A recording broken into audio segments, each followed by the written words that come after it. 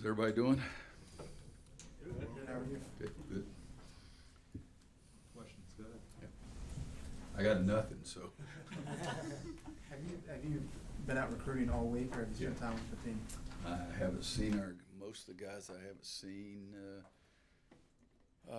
since Sunday.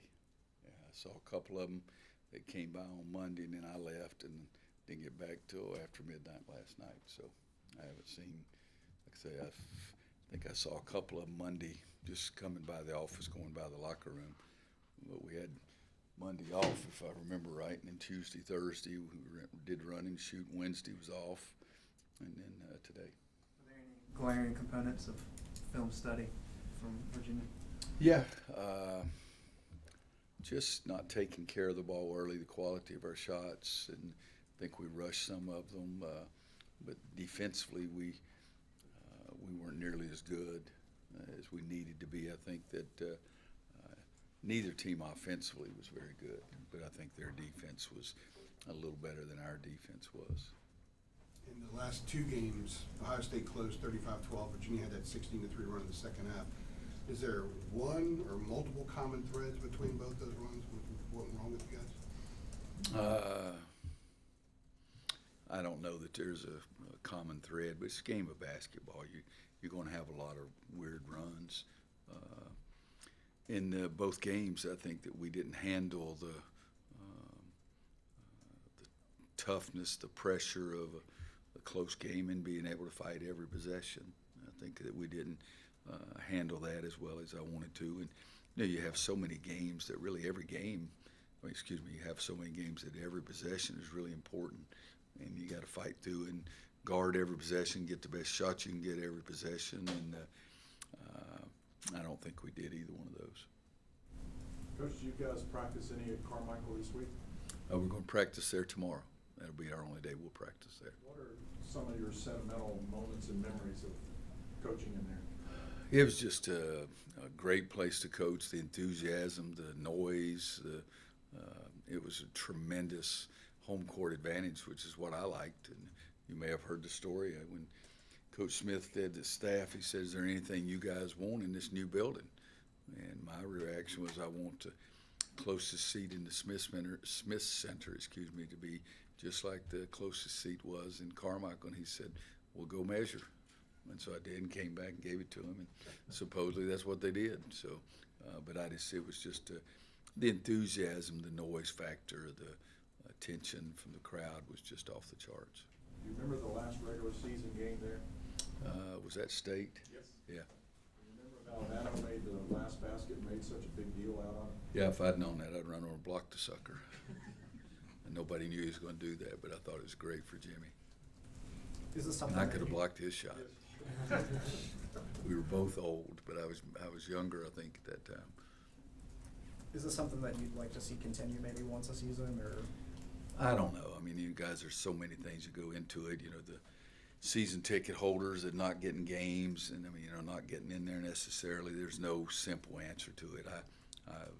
Clint and I talked about it for years about having a game in there, but this building's used for a lot.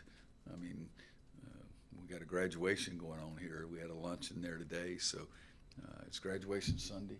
Is it the same time we're playing? 2 over there. 2 o'clock. Okay, so it's, but we've talked about it, but there's no huge plan to do anything like that I know of anyway.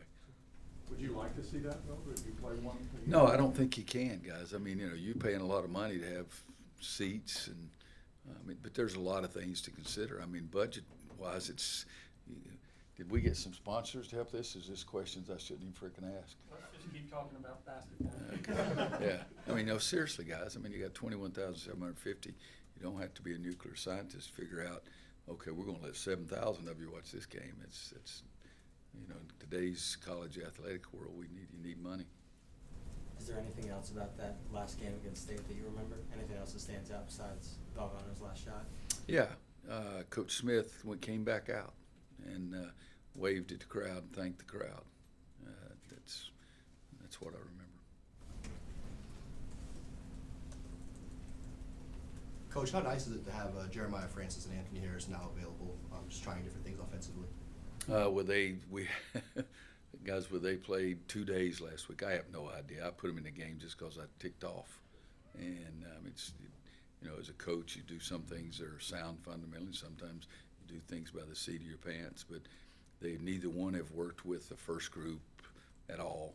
And but I've been thrilled, absolutely thrilled with how hard they've worked in the weight room to get their knees ready to go out there and participate. But you're talking about 2 days of practice, full court. So I don't know. I mean, we were screwing it up, so why stay doing the same thing? Let's give somebody else an opportunity to screw it up. When those two went in, Cole moved off the ball a little bit. Is that something that you're interested in seeing more of, or what value does that kind of have in playing him off the ball? Guys, y'all making too big a thing. I don't even know who the heck was in the game then. Did I take him? Did I leave Cole in? Seriously, my wife doesn't like me to say it, but I was pissed off. Jesus Christ. So I have no idea. They've practiced 2 days, okay, and it'd be like you practicing 2 days. I'd probably know how much talent you had, I guess, but it wouldn't be great. But seriously, 2 days, and in the 2 days that they went full court, and I'm just guessing here, they probably did 25% of the possessions.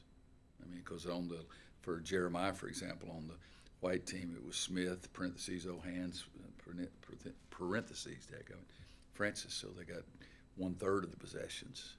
So it was just trying to get, and then I did want to get them to see what it felt like in game action. But it's the kind of thing, if things aren't going well, usually I try to do something. But I hope that, to answer your question one way, I hope it gives me a lot of opportunities to try a lot of things. I mean, we got 18 guys, and normally we have 9 or 10 that are capable of practicing, right? It's about the way it's been the whole season. It's not February or March. Is this part of the growing pains when you've got so many new parts moving into key positions? Yeah, it is, but I think that the number of injuries have been much higher than what we've had in the past. And then the other thing, as I said earlier, I may even said it in the summer, is that I love playing a difficult schedule, and this one, really difficult schedules matched up with one of the most inexperienced teams we've had. And I don't like the fact that we've lost these games, but those guys on the other side have been pretty good too. But part of it is what you go through every year, yeah. You've been pretty open with your frustration level at times. Mm-hmm. Is there anything about this team that's really surprised you in a positive way, or that you really like about it, that just getting kind of overlooked because of all the gloom and doom? Yeah, because they're really good kids, and I enjoy them. I enjoy practicing, but I think that I do have expectations, and if you're going to be successful, you need to play with a high level of intensity and a high level of efficiency, and I haven't been able to get them to either one of those. That's been the frustration level. Now, yeah, everybody can say, well, you're not making a shot, but still, there's been a lot of frustration trying to get them, and that's harder to get young guys. It's harder to do that with even old guys unless they've done it before. And Garrison's the only guy that has really stepped out there and done those kind of things.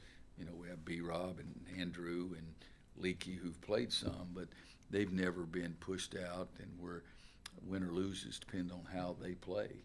And so getting them to understand, come on guys, you got to get your level of play to here, and you've got to maintain it. So that's been the biggest frustration. But Armando's toughness coming back from the injury, his ankle was big. It wasn't, they didn't put any jello or anything in there. It was big, and for him to bounce back, I love that. Garrison trying to help Armando along has been something that's been really good. But we're playing new guys, and then we're also playing with Christian and Justin, new guys into our system who have played before, who had habits, who played a certain way, and we're trying to get them to change and play a little differently and against a higher level of competition. So there's no question, and it probably has been doom and gloom, but that's the way I felt a lot of times too. But there's been more frustration level than there has been. But, you go back to the Notre Dame game, what Cole did in the second half was pretty pleasant. You'd like to see some more of that. And Garrison's consistency on the defensive end of the floor, and it's strange because I think probably his worst defensive game, because on the defensive end side, you got to finish the defense, and what that means, you have to box out. And I think it was Garrison's worst box out game of the year, and Diakate got to a lot of loose balls for them off the backboards. It's hard to say about my whole feelings because we have yet to really have what I think is going to be our team. We have yet to really have them all together. That was a long-winded, sorry answer to your question. Speaking of Christian, he was at 18 points per game scorer, college Charleston. Of course, the level of competition has stepped up. What are the biggest challenges you've seen him face so far in this early going? Well, again, the consistency level and the talent level that he's playing every day. It's different. The talent level he's playing in practice every day, but the talent level he's playing in the games, it's been a big-time challenge for he and Justin both. Their numbers from William and Mary and Charleston Southern, not like what their numbers are here. But, again, it's as far as I know, it's not Christmas yet, so we still got some season left for those guys to get better too. Roy, back in October, one of the media days, you noted that this team potentially could struggle to score, at least at the time it was. But as you mentioned there, you've had injuries, the schedule, I think you played 4 top 10 teams the last 2 weeks.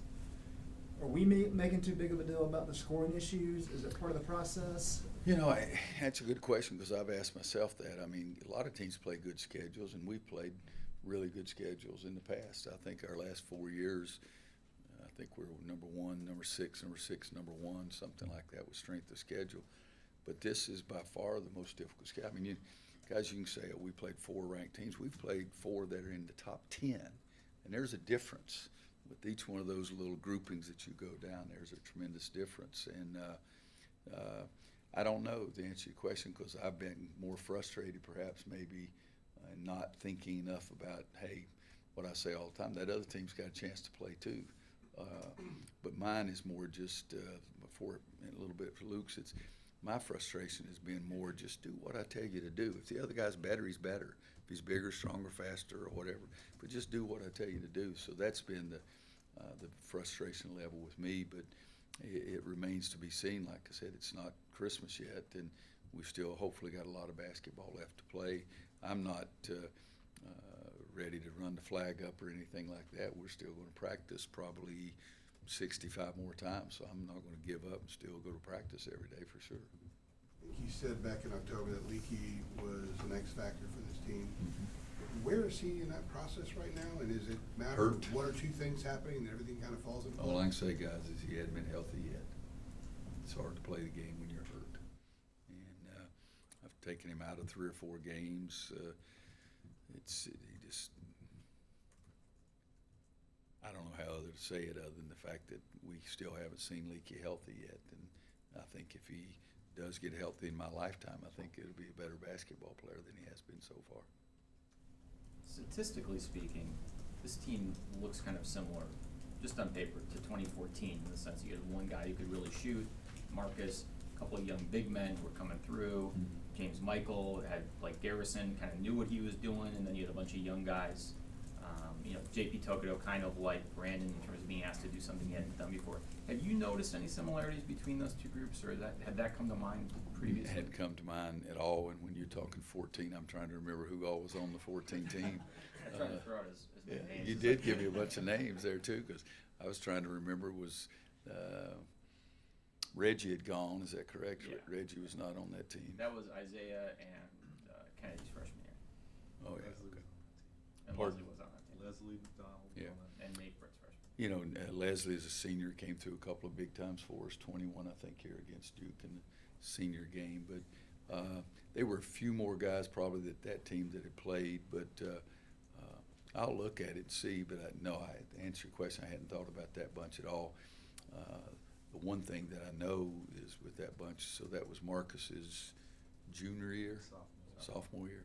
And I remember telling you guys that I thought he was really going to be good, and I thought he did end up being a great college player. And even his sophomore year, he was that security blanket, and I knew he was going to do some things right.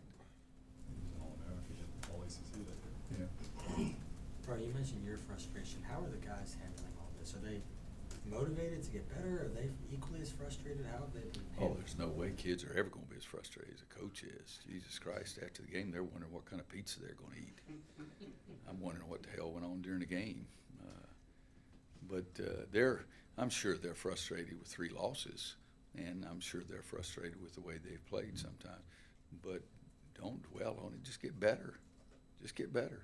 That's all it is. And it's